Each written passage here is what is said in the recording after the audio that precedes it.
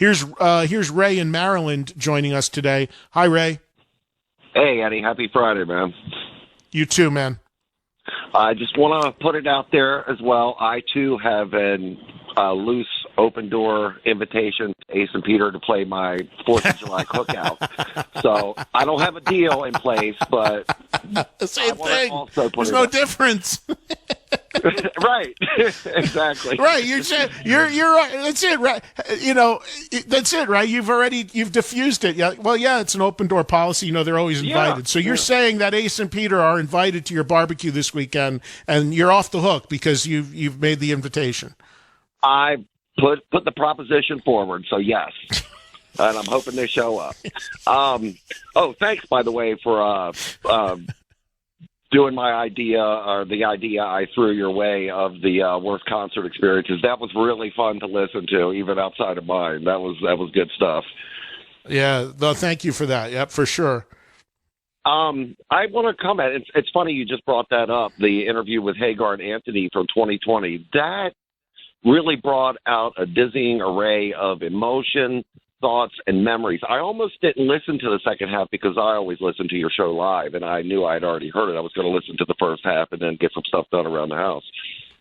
And I think, no, you know what? I'm going to revisit it a little bit. And it reminded me of the time we were in, and just their sound when it was all conference call or Zoom, and the sound brought me back. And then you said it was April 4th, I believe. I had my first date with my wife exactly a week after that, so that came up. And then there was something that was said where you met Wolfgang, or you talked to Wolfgang at an Alter Bridge show, I believe. And I'm listening to this, and then Wolf had an album out, and where you guys were talking. I'm thinking, oh, that's right, Eddie Van Halen's still alive during this. Because I learned that news from you live when it did happen. And I'm thinking, I forgot Eddie was still alive during this interview. And I was so glad I didn't check out. I listened to it again because it just, it was kind of emotional for me, oddly enough. Yeah, I didn't listen to it back. And thank you, Ray. I didn't listen when I found that interview that we re-aired yesterday. I didn't listen to it back. I just found the audio and sent it to AJ and had him put it around all the new stuff that I did in yesterday's show. But I context-wise, some of that is interesting to hear. And that's why if I can ever get around to doing it, again, I have literally 40 years of archive now. The last 8 years of this show, the archive is insane.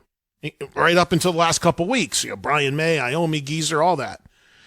But to hear interviews in a certain place and time, like 20, 30 years back, and know that they're older, but to listen to the context of what was happening at that time, I think is pretty interesting.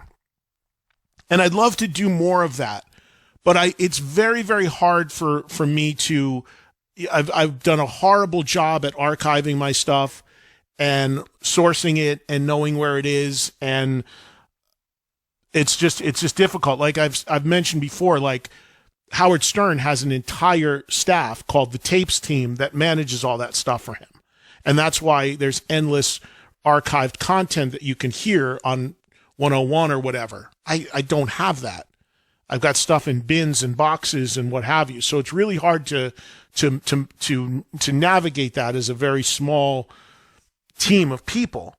But from time to time when I can do it, I mean, and I would love to I've talked about, I have audio of talking to the guys in Skid Row and talking about this new singer, Sebastian, they just found from 89 or 88. I've got all these interviews, and it would be great to hear them again.